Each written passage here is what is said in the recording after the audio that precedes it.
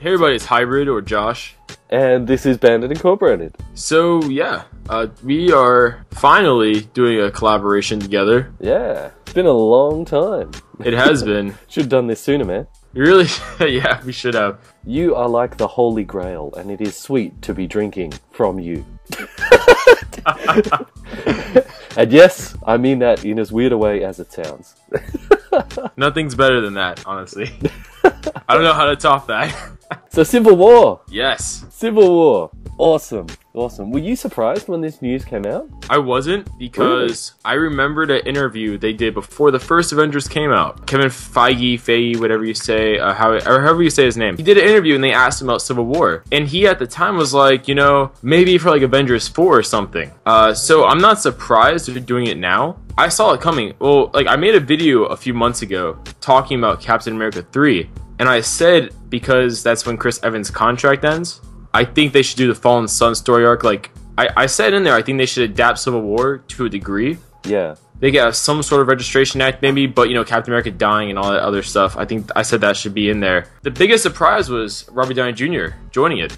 Well, I wasn't surprised that they were doing it, but I was surprised they were doing it now, because it's interesting he said Avengers 4, because it always kind of felt to me that that's what they would build towards, so it does feel like they're doing it early, which is totally fine by me, but I think it's a genius move for Marvel in going up against Batman v Superman, because just like they've got Batman and Superman, two most popular villains fighting, now Marvel's got that, but you know, a big thing in Batman v Superman is going to be the reason why they're fighting.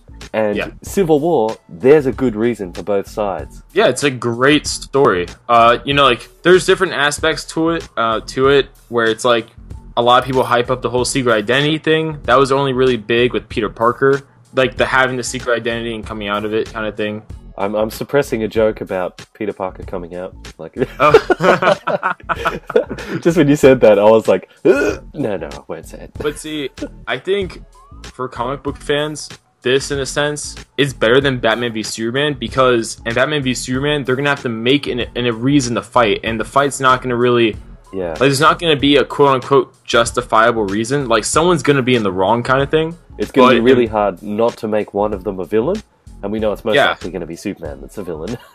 Exactly. But Civil War, neither one of them is the villain, because you kind of understand both sides. Yeah, like Tony Stark is, in my opinion, Tony Stark's right for the wrong reasons. Yeah. While Captain America is wrong technically, but for the right reasons. Like, they're both justified. Yeah, well, on the partner video that I did over on my channel, at the end I asked everyone, I was like, are you with Team Captain or are you with Team Stark?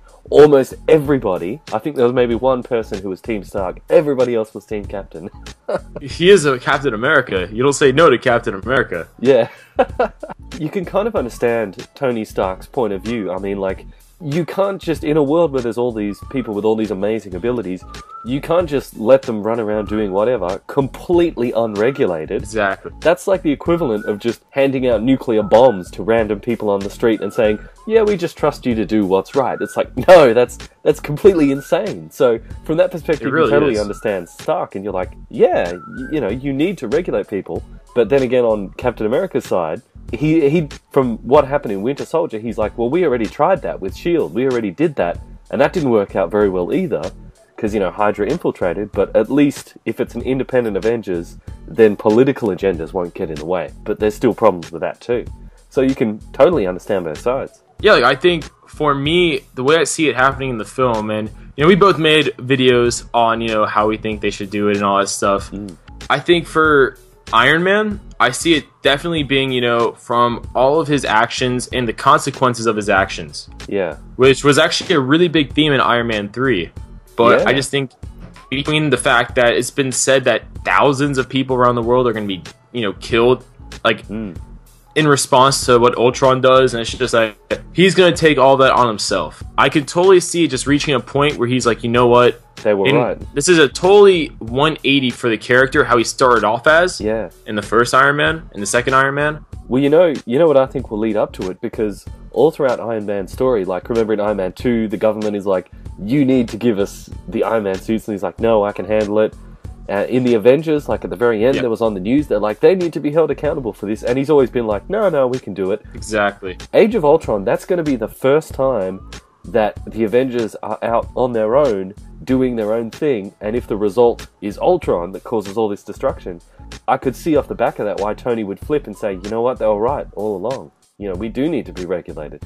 It has to be blamed on someone. Like, for the first Avengers, a majority of it was on S.H.I.E.L.D. Yeah. Because S.H.I.E.L.D. was kind of backing the Avengers, especially on Nick Fury. Yeah. And luckily for them, it turned out that the Avengers saved the day, so it was anything like, you know, nothing nearly as destructive and as violent, globally at least, as this one seems to be. So Yeah. I definitely see Tony Stark kind of doing something where he's like, he feels the need to kind of redeem himself to some degree, or truly make up for what he's done wrong with the world. Like, it's kind of like, it kind of reminds me of the first Iron Man movie, where he saw, you know, the things he made, the weapons he made, they weren't made to just kill innocent people. They were made, you know, obviously for the government, because weapons manufacturer, but in response to that and what he saw, he made the Iron Man suit, and he became Iron Man after he broke out of the cave and everything. So I totally see it just reflecting that. That's a really good point, because, yeah, like you say, like, the first 3 Iron Man movies were all about him finding redemption for what he'd done previously, so Civil War will be him trying to find redemption for what he caused in Age of Ultron. Exactly, and I could definitely see them do the Registration Act, and I could see Captain America being like, that's an invasion of personal liberties, but man, oh man, it's gonna be one hell of a movie. Poor old DC. If I was DC, I'd be really worried right about now. Because after Man of Steel, one of the things they're probably going to carry over is he needs to be responsible for the destruction. And now Civil War is going to be doing exactly the same thing. Yeah, so I'm sure both movies are going to get tons of comparisons. That especially now because, you know, both main characters will end up fighting each other at some point. And one thing I said in my video, I don't know if you share this belief or not, but one major thing was Spider-Man. Switching sides from Tony Stark to Captain America, and he in a sense was kind of like the people, in a sense, like people and like the reader and like the mindset where a lot of people agreed with Tony Stark, but then they saw just how wrong it went, even though it had like the right idea but the wrong execution. Yeah. But I definitely see them doing that with Rhodey, because Rhodey is the only character we've really seen that has like 2 kind of sides to him to a degree. Like, he has War Machine and Iron Patriot. So I definitely can see him staying as Iron Patriot with Tony when, you know, during the Registration Act, but then realizing, you know, we're not doing this right, and then becoming War Machine again and going with Captain America, which fits with the rumors that Captain America's own team, one of the members is going to be War Machine. But it's interesting you bring up Rhodey, because I mentioned in the video on my channel, like with Rhodey, in Iron Man 2, when they were in front of that, testifying in front of that thing, Rhodey said,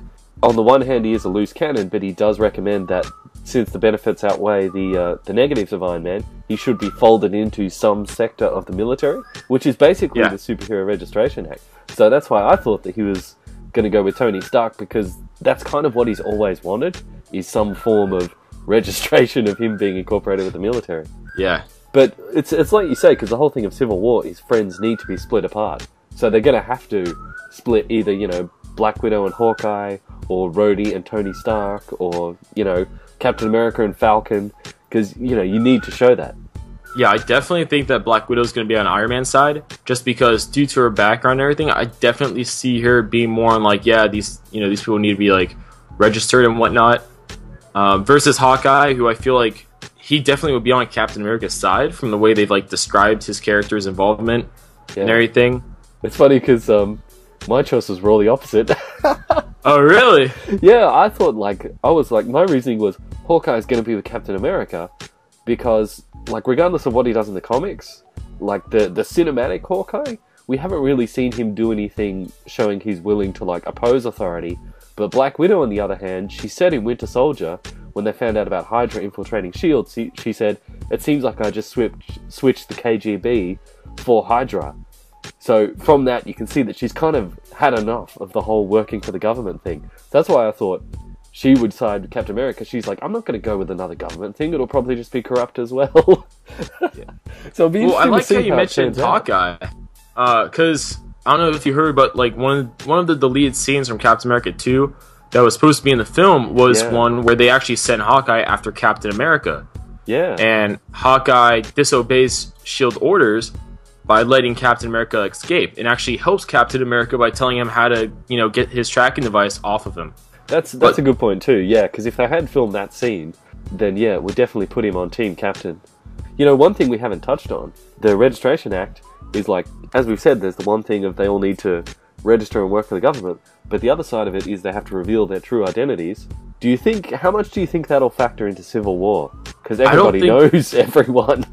I don't think a lot, because a big thing wasn't that they had to reveal their identities, they just had to register them to the government and everything like that. Like when Peter Parker came out, he didn't have to do that. That was entirely voluntary. That'd be funny. I'm Peter Parker, and 99% of the world's like, who's that? Yeah, yeah, that was great. But I see characters. I don't know if you share this view, but I believe characters like Luke Cage will be involved to some degree. Maybe Matt Murdock, Daredevil will be involved. Iron Fist, maybe. I see more so like Luke Cage and everything though, because they actually had roles in the Civil War plot. I don't think secret identities will be a big deal. No. Because that wasn't like an aspect of the Superhuman Registration Act. It was just them registering. So in the act, it was not like their identities only need to be known to the government, but not the public. Yeah, that's basically how it works. Yeah. Do you think it's going to be like their universe is like split apart? Well, I mean, their team is all split apart, and the only thing that brings them back together again is Thanos? Yeah. Or do you reckon they'll find like a reconciliation, or maybe like someone like Nick Fury will be the one to sort of bridge the gap and bring the team back together? I think it would be really cool if Nick Fury brought the team down. From original sin, it was kind of revealed that the original Nick Fury, he was kind of protecting Earth from outer space threats, secretly, and he was monitoring them. So I think it definitely would be really cool if they kind of wove that into the Nick Fury character to some degree. And all the Avengers members are like spread apart and stuff. And he gets them all together, and he's like, look, maybe we had our differences, yada yada, but we have a common threat coming to us. And it'd be really cool if they mentioned like the original tagline of the Avengers, like, a day like no other is coming, or something like that. Yeah. When Earth's mightiest heroes needs to unite. As much as I love the MCU, I've been getting more and more this viewpoint that after Avengers 4, like, that needs to be the last movie. I know this is DC I'm about to quote, but you either die the hero or live long enough to see yourself become the villain, and I'd rather see Marvel die the hero. That's right. I mean, but yeah, obviously it's not gonna like go on forever, because like even like as the actors swap out too, they're gonna need to either end it or start afresh again. Yeah, and honestly, and I've said this for years, for all the comic book movies, they all have a chance to do something that none of them have ever done before, which is end your story as like a legacy. Because I think Chris Evans, he only has 2 movies left on his contract. One is Avengers Age of Ultron, so this Civil War movie, this Captain America 3 movie, that will be the last one on his contract. So they could just kill him at the end of that, and then whether he re-signs, they'll bring him back or not. Yeah, so I'm thinking that too. I'm thinking he's going to die in Captain America 3. Yeah, and everyone will go, he'll come back, because no one ever dies him. But that'd be the first major death. That'd be a big deal. Yeah. So, yeah, guys, that's about it. So, definitely click on the annotation that will be on the screen, and I'll also link in the description to go to Bandit's channel. He is full of, it's like a plethora of treasure troves of content. Thanks, man. Likewise with your channel, too. You're kind of like the unofficial podcast king of like